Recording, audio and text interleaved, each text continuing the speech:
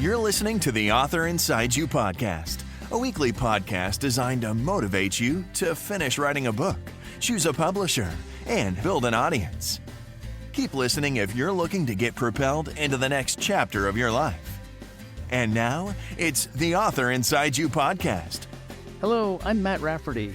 Joining me today is Mike Ulmer, author of Show and Tell Writing, a great short business book about how to write a great short business book, and the children's book, M is for Maple. Mike is also the founder and CEO of Catapult, Start with the Story, a company devoted to creating your perfect book. Well, welcome, Mike. Thanks for joining me today. Matt, thank you for having me. Great to be here. So, Mike, you're an author and an entrepreneur. Which of those came first? Well, I guess the journalism came first, and then the authoring came on top of that. Because I was asked to do a book called M is for Maple that did really, really splendidly, even though I turned it down twice because sometimes I'm not the sharpest knife in the toolkit. It was poetry, so it was really fun. Oh, wow. So that's the part that I really loved. A is for Anne. That's Anne with an E, a redheaded girl who loved Avonlea. The Cuthberts thought they were getting a boy, but that redheaded girl was their pride and their joy. Oh, wow. That is great off the top of your head. Oh, yeah. I read it a few times to kids. I've met many, many, many thousand kids. And you know what I'll do is I'll turn the book around. So I'm just looking at the back cover and then I'll recite it. And I tell them I have x-ray vision. They must love that. But it was just such a fun book. And it sold 160,000 copies and set the stage to write many, many more. And I've got about 19 now. And then 19 books? Yes. Wow. And so some are children's books and some are business books? Yes. So the last one, my book is called Show and Tell Writing. And then before that, we did a business book called Drop the Mic about digital marketing. And before that, we did a sort of a coach's book called The 50-Year-Old Millennial. And the pretext of the book is using values from servant leadership to manage millennials, but really manage everybody, because what the millennials actually want is dead right. They want what we had, what we should have always asked for. So the book is really about servant leadership. But before that, I did a book called The 40 Ways of the Fox about a great entrepreneur named Ron Foxcroft here in Hamilton, Ontario. And so I had worked in journalism for many years, and then I went to work for the Maple Leaf Sports and Entertainment, the people who own the Raptors and the Maple Leafs, and that was really fun. And then I did that for 7 years, and then about 8 or 9 years ago, that ended, and so I was sort of looking to what to do next. And I never considered myself an entrepreneur, right? I always considered myself a writer and a journalist. So I started going to business networking meetings because I was really, really starting way, way, way back at the pack. And I had some fundamental skills that apply, but I knew nothing about business. And so I went to what's called Business Networking International at BNI, and I've met many, many, many business people. And that sort of helped me understand what they want in a book. I'm sure you've heard this, Matt, so many times, but they just don't know how to start or where to start or what to do. Right. And so I developed a system to help them, and now I'm setting up a business to further help them, to give them a blueprint. So what we do is it's called a book blueprint, and we interview the subject extensively. And my belief is that every business book, and that's all we do, every business book is built around 3 elements, and that's the proposition, which is that great title, whether it be, the 4-hour work week or How to Win Friends and Influence People. It's a proposition that's different from anything anyone's ever seen before. It has to have real efficacy and importance to the person who's considering reading the book. And it has to grab your attention, right? Exactly right. Like the 50-year-old millennial, right? When you hear that, you're like, that doesn't sound right. Something got right. What's going on there?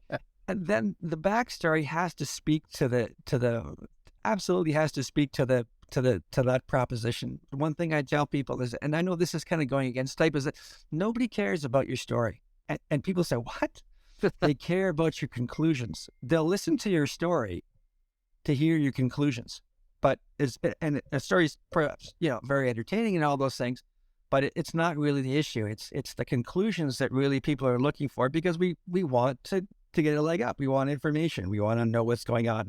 We tell a story here in Canada. Maybe you guys tell it down there. Although I don't know how many bears and moose you have in Ohio, but the 2 hunters are turning around a corner, and there's a great big bear there, and on his hind legs. And the one guy says, what do we do? And the other guy says, well, we run. And the first guy says, well, you can't outrun an angry bear. And his friend says, I don't have to outrun the bear. I have to outrun you. Right. The bear only wants one meal. Only wants one.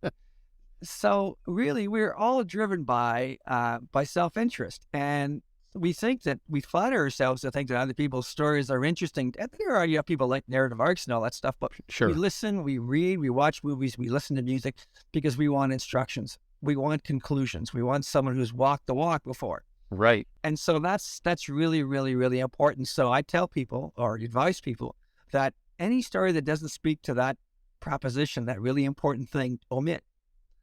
Because you're operating in service to the reader. And the third element of that is tons and tons and tons of tips and recommendations. There's no point bringing the reader to all these conclusions and then not instructing them on what to do. Right. How to use the information.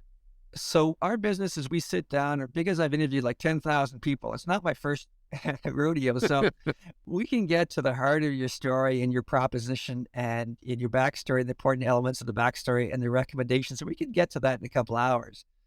And then we give you a real detailed blueprint as to how to do it. We'll give you a book plan based on our conversation. And we'll give you some chapter ideas and some excerpts from our conversation. And we'll even give you some titles and some cover images if you like. And the one thing that we do is for a year, you can call us. You're going to be so sick of us. Just call us whenever you want us. And we're here for you. And we'll help you edit the book. That's if it's a reasonable length, say 20,000 words, we'll help you edit the book as well. So okay. And then about how long does that process take?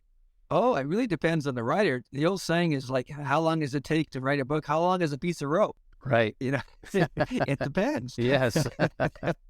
So if the writer's really motivated, they could do 2,000 words a day. I think 20,000 words is plenty for a book. If you can't say it in 20,000 words, what are we talking about here? Right. So, and that's a smaller book. I think they're really great for a variety of reasons. So if you're doing 2,000 words and a day and it's 20,000 word book, well, I'll leave the math to you, but not terribly long. Right. You can do it. Yeah. It's a reasonable goal. So why do you feel that length is a good length for a business book? I think that we've really, for one thing, I think some of these books are online. And really, it's the way we judged a book was by its heft. Maybe that's why so many people read the Bible, because that looks like a great project. I'm gonna take that sucker on, and it must have a lot of good information if it's that thick. Must have a lot of good stuff in there. And so, but I also think it's our attention span. We always hear how it's dwindling, and our time is more ration than ever. And I think really, you're reading even more now to get what you need out of it.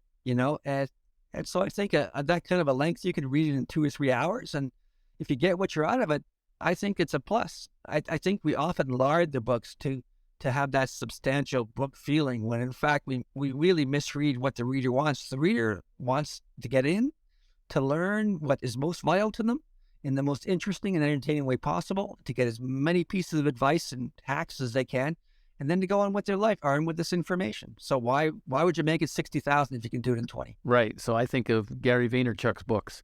I mean, they're short and I mean, they have a lot of pages, but there aren't a lot of words, right? And you can get through it quickly. Gary's got to go on both ways because he has a lot of great page count, but he also has not too many words. Well, Matt, a great saying, and it's often been sort of misattributed to different people, but the line is, I would have written you a shorter note, but I didn't have time. Right, exactly, right. So, Mike, your latest book is called Show and Tell Writing. Why did you write that book? I wanted to give people something to grab onto because, and I'd be interested to get your thoughts on this too, what you see as the biggest reasons why people don't write. But I think a large part of it is permission. Mm-hmm. I think that people often say, well, my story is not interesting, or I haven't got a great story, or they're looking for permission to write their story. Right. And, everyone has, it's kind of a cliche, but everyone has a great story. And it's to find that permission. And the example I always use, and maybe some of your readers will remember the clip, but years ago, I think it was in 2006, Prince was doing a Rock and Roll Hall of Fame induction, and it was for him and George Harrison.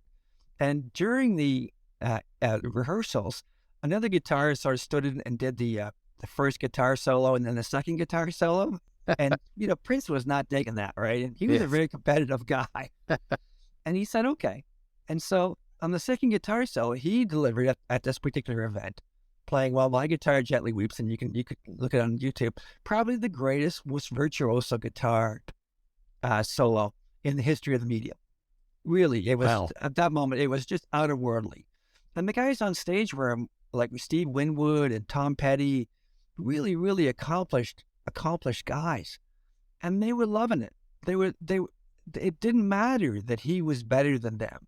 They just benefited from seeing someone do it beautifully. Right. And they were in the front row. They were in the front row. That's right. They were in the front row. And so everywhere you look, you're going to find, and I know I find, people who write better than I do. I don't read John Steinbeck just because it just kills me. He's just so good. But Yeah. But when we read someone who's really, really good, we have to remind ourselves that we don't have to be like them.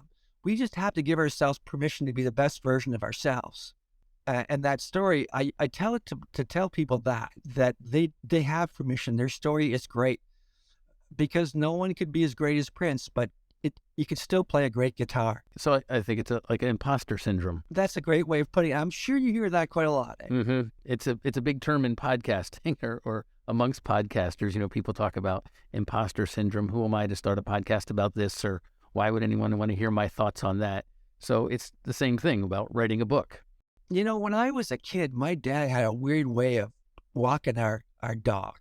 He'd put the dog in the car, and he'd drive out to a gravel road, and just a small dog. He'd put the dog outside the car, and then slowly drive away. The dog would be like gasping, running. His heart gonna explode out of his chest, right? And this was such bizarre behavior. But until I was 12, I looked around all these people, walking their dogs, thinking the poor buggers, they can't afford a car.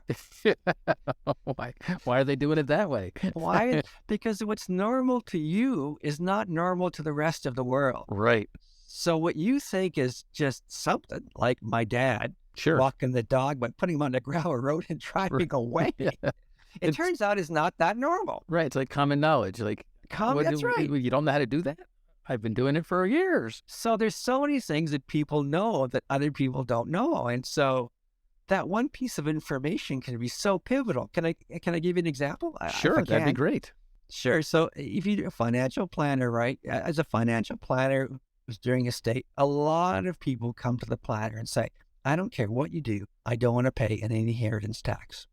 I don't care what the deal is. I will give my money to whoever. I will administer it so anyone can administer my will, as long as the government doesn't do this. So what they'll often do is do dodgy things and try to sign over their house to other people, and and have someone executing the will who shouldn't be executing the will, and it's just carnage on families, because when the rubber meets the road and the money's being divided up, that's really who when what some people are really like. Right. There's an old saying that ducks always look differently at each other when the water goes down in the pond. Right? That's perfect. So here's that situation where they're needlessly they're destroying their families, and they don't have to worry about it. But the residue from that, the scarring from that, can last generations, and it's for no reason, because 96% of inheritances don't pay inheritance tax in the United States. Right? Right. So you didn't need it anyway. Do, and those that do are so rich it doesn't matter. Yes. Right? Yes.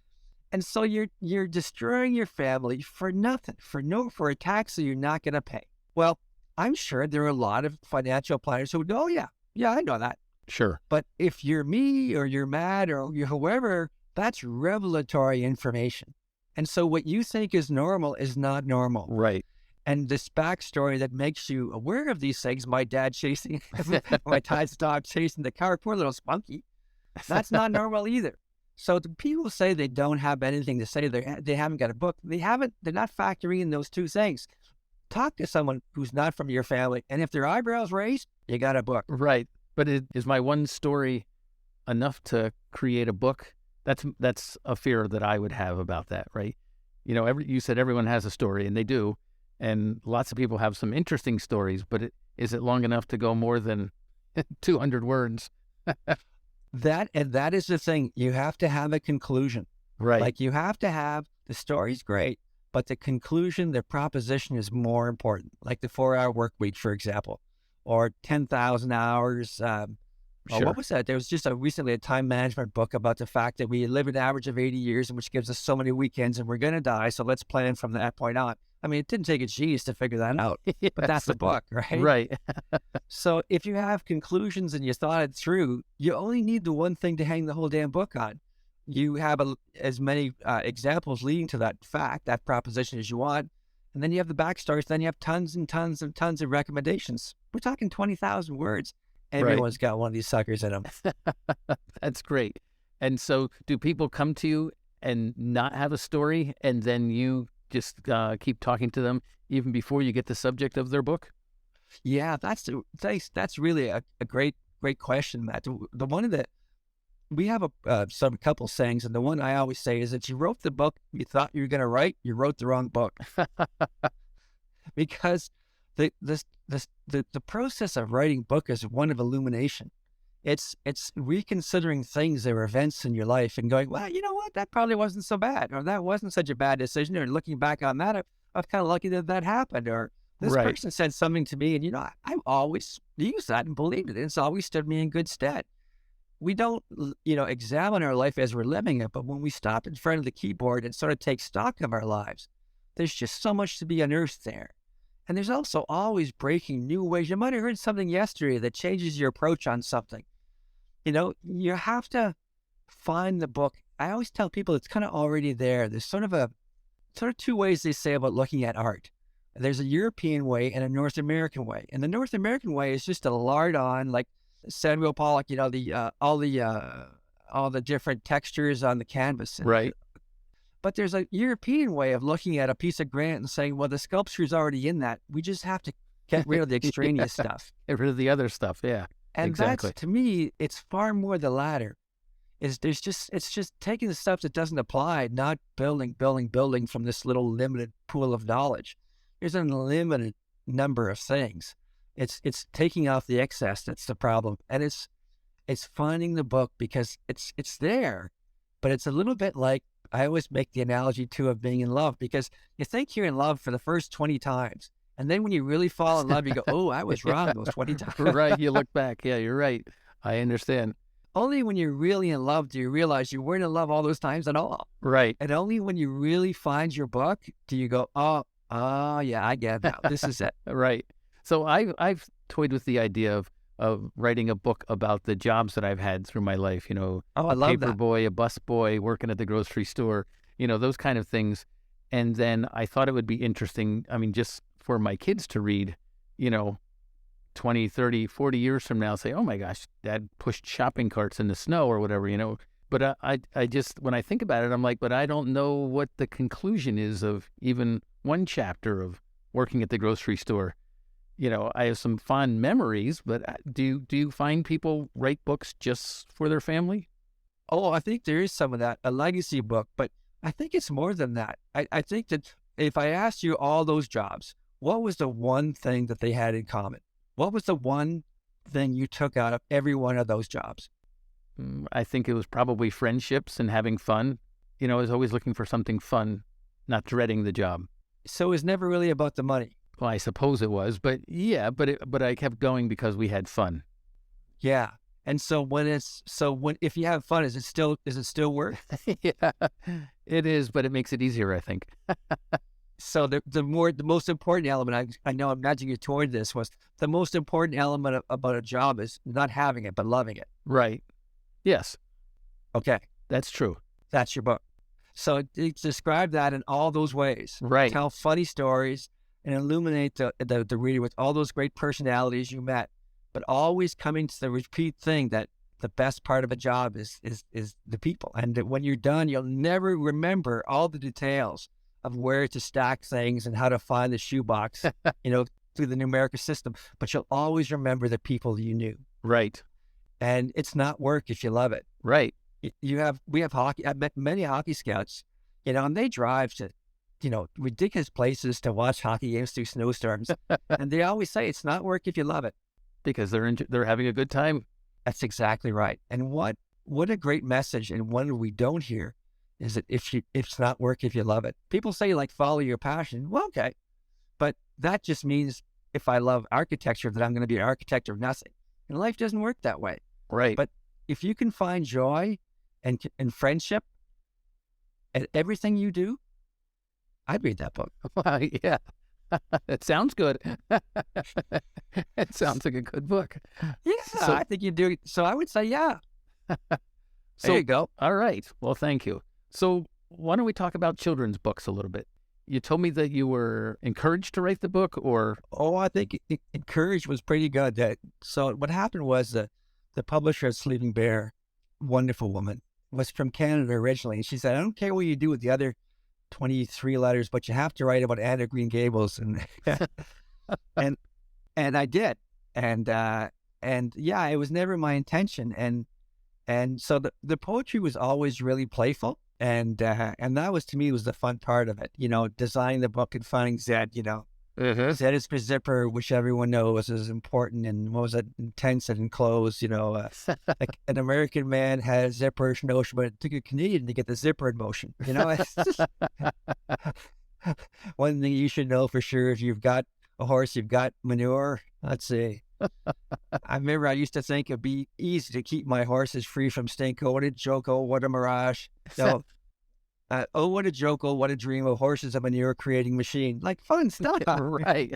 And then you would go to schools and read the book in front of assemblies.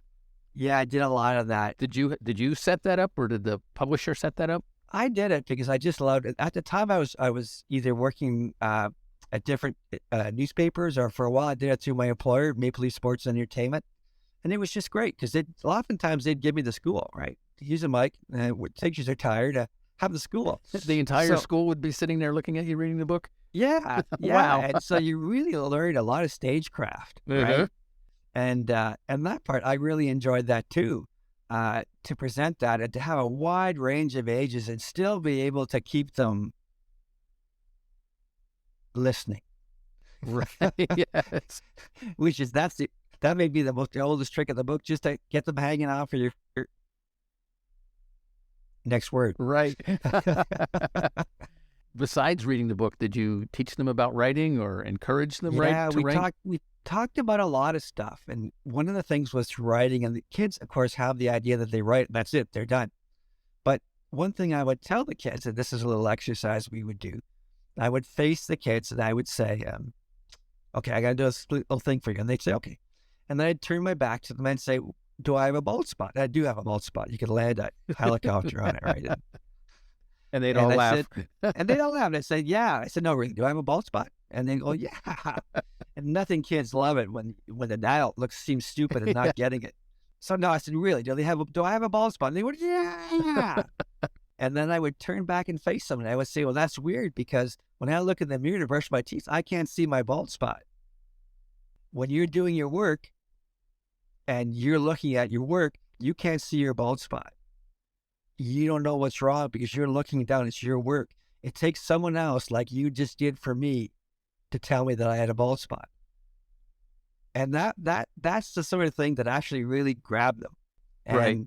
Like a lesson like that. And then you could see them sitting there thinking and nodding their heads like, oh, what I think I just learned something. What is this odd man talking about? But that really made it fun for me. And so, yeah, talking about writing, and a lot of times I worked with a beautiful, talented artist named Melanie Rose, and I had a couple of Melanie's early sketches. So you could see how a piece of art developed. And so the first initial sketch, to something that was done, and then we show the almost finished sketch, and there'd be elements missing from it, and we would talk about that and about the continual improvement of it, and how that's really a part of the process. And yeah, it was really a great. I still do a little bit of it. It's fun if I have a friend who's got a kid in elementary school. I'll swing down and do it, and it's always great fun. Oh, that's fun, great. And then do you take books and sell them? No, I just go and have fun with the kids. Oh, that is great. Yeah, it's really fun. So, are there more children's books in your future? I don't think so. I'm at that point where in my career where I would rather help other people do their thing. I've done it. I've got 19 titles, and I did a lot of journalism, and I was a sports reporter, and I worked for a great sports franchise, and it's been a very, very fortunate career, far more than I probably deserved. And at this point, I just really get a kick out of seeing other people, succeed. Right. And so the difference between 19 books and 22 books is nothing.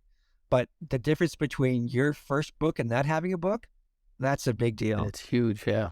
And I'd much rather have a hand in that, because 19 to 21 isn't going to make a difference in my day, but getting you to one, that would make a difference. So what's the best thing that's happened since you started helping people write their book? Oh, the best thing that's happened is that the books are second. I love giving people great books, and I love it when they use the books for their businesses. And some people are better at it than others, and they have more social media engagements, and they work to hustle them harder. But that part is great. But the part where you've changed that person's view of their own life, I tell people, I'm going to give you the book, and I'm going to charge your whatever dollars it is to help you write the book, but I'm going to change your life for free. And I'll charge you for the book, but changing your life is for free, because the conclusions that come with the process are, people say it's kind of therapeutic, and I'm not comfortable with that, because I'm the farthest away from a therapist. I need one more than I want to be one. But I love connecting the dots for people, and them going, oh, so I did this because because I like to work. or I have this wonderful friend, and I did a book for her, and did this process for her, and her name is Liza, and she grew up in a little town, and she's in Sault Ste. Marie, Ontario, and she worked, her grandfather had a bakery, and she loved the bakery. She'd walk around the bakery, and all the workmen's, people's compensation rules, safety rules went out the window when the owner's granddaughter walked around. But she had this great idea that she loved this business. She was really leaning in towards business, but she also went to this high school, and she one day the Board of Education said, we decided to close the boys and the girls high school and amalgamate them into one. And there was no consultation, there was nothing, and a lot of people were really in opposition to that. And this young woman she was in grade 10 then, and so the board took the students out, the student council, because they had value to them, and they pretended to listen to them, and then at the first public consultation meeting, the whole town is there. The chairman of the board said, well, I know that the student council from the girls' school is on side with this. And my friend turned, her name was Liza, she turned to her dad and said, Dad, that's not true. That's not what I said at all. We're against this. And he said, then you have to stand up right now and correct them. Wow. So she stood up and turned in front of the whole town and politely but firmly said, no, actually, that's not what we said.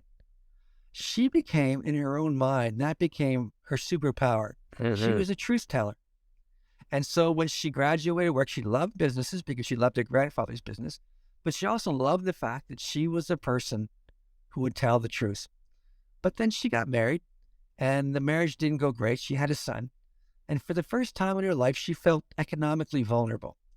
And so she stopped being the truth teller. She started not being down the line with people. She let some behavior go from other people that she should have called them on. And she didn't say the things sometimes that needed to be said. And she didn't think enough about herself to not become a workaholic. And so this led her to a point where she said, oh my God, I've become exactly the person that I don't want to be. So she left to work, and I asked her why she wanted to write a book, and she couldn't figure it out. She said, I want to, but I'm hesitant. And I said, is it because you feel like you're a fraud? Because you had these incredible values. You were that girl, but you had stopped being that girl for all the reasons that we all stop being those people that we want to be. Are you embarrassed by that? And is this your way of fixing it? Well, yeah, she said. Yeah. And so to give someone that conclusion, that's a really powerful thing. Exactly. Powerful. And so that's why I love to do it. And that's why the book is the second best thing I'm going to do for you. So everyone gets that conversation. Everyone we work with, we do that. We bring them back. We tell them, this is what we think your book is about. This is what we think your conclusions are. This is what we think your proposition is. This is what we think your backstory is. This is what we think that you should be telling people. And we give them a chapter by chapter thing infused with that conversation. So I think that's kind of what makes us different. Right. That's really a great blueprint or roadmap to get started, to get it done. Yeah, I hope so. I hope it sort of takes that, demystifies it a little bit, because man, if I can do it, anyone can do it. Well, Mike, what kind of advice do you have for somebody who's working on a book now and maybe writing a fiction book? Yeah, I think that the same advice that I would use would apply to both genres. And the first is, I was listening to Steve Martin, and he says everyone asks him about getting him an agent, getting an agent and the business side of the business. And he says, get good first. Right. So get a good act.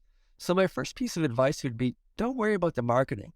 There's lots of people they're going to tell you they're going to game the system, and they're going to make you, an Amazon first in your category in Amazon. Don't worry about that stuff at all. Write a good book. Also, be mindful of the people that tell you they're going to game the algorithm to make you a bestseller, because there's no more of a bullshit word in publishing than bestseller. That is just such a sham. And that's the other thing I would say. Do not let yourself get played by people who tell you that you're going to create a bestseller, because it's dishonest. And it's not, there's no integrity. It's gaming, it's pricing your book and having all your friends, place an order, and it's just sleazy. Write a great book. Everything will come together if you write a great book. The second thing is, as we talked before, be prepared to go where the book takes you. Don't think that just because this is on your outline that you have to take it here. It's going to take you in directions that you didn't think it would take you. The courage is in going, not in sticking to the plan. Doing it. And but letting that book tells you, because it will whisper in your ear. It knows where it wants you to go. You just have to learn to listen to it. Right. I'm sure that can be difficult. I mean, it is, because we have a deadline and we think has to turn out this way, but it's not that way. It has a life of its own. Right. It's done. It is done somewhere. It's done. You're just finding it. And it's not going to be the first 100 places that you look, but it is done and it's at its zenith. You just have to find it. It's not a matter of you creating it. It's a matter of you unearthing it. I think a life of its own is a perfect analogy. Because isn't it crazy? Right. Because, when we're 18 or 20 years old, we don't think that's where we think we're going to end up at a different place than we do. Nobody comes up with the plan when they're 18 or 20 and then actually does it when they're 45 or 60, right? It takes a life of its own. What a great analogy that is about writing a book too. That's a great analogy. I love that, because when you're 15 or 16, you're new. And when you're a new writer, you don't know anything. And so you have all these fanciful ideas as to how it's going to be and how it's going to look. And when in fact, the one thing we do know is it never works out the way you plan. It won't be that way. What do they say? How you make God laugh? Tell him your plans. Right. Yes. Well, Mike, how's a good way for our listeners to get in touch with you? Whoa, listen, I would love it if they reach me through mikeulmer.ca. That's Mike and ULMER.ca. And we could set something up, a short conversation. And really, if it's a matter where you just have an idea or two and want to bounce it off me and don't have any plans to write a book, that's okay too. Just if I could get you going a little closer in your direction, then that's fine too. But if we can, if you want that thing where, so I'll be up front, our pricing is $5,200 US, which is about a quarter of a lot of other things that offer companies that offer comparable service.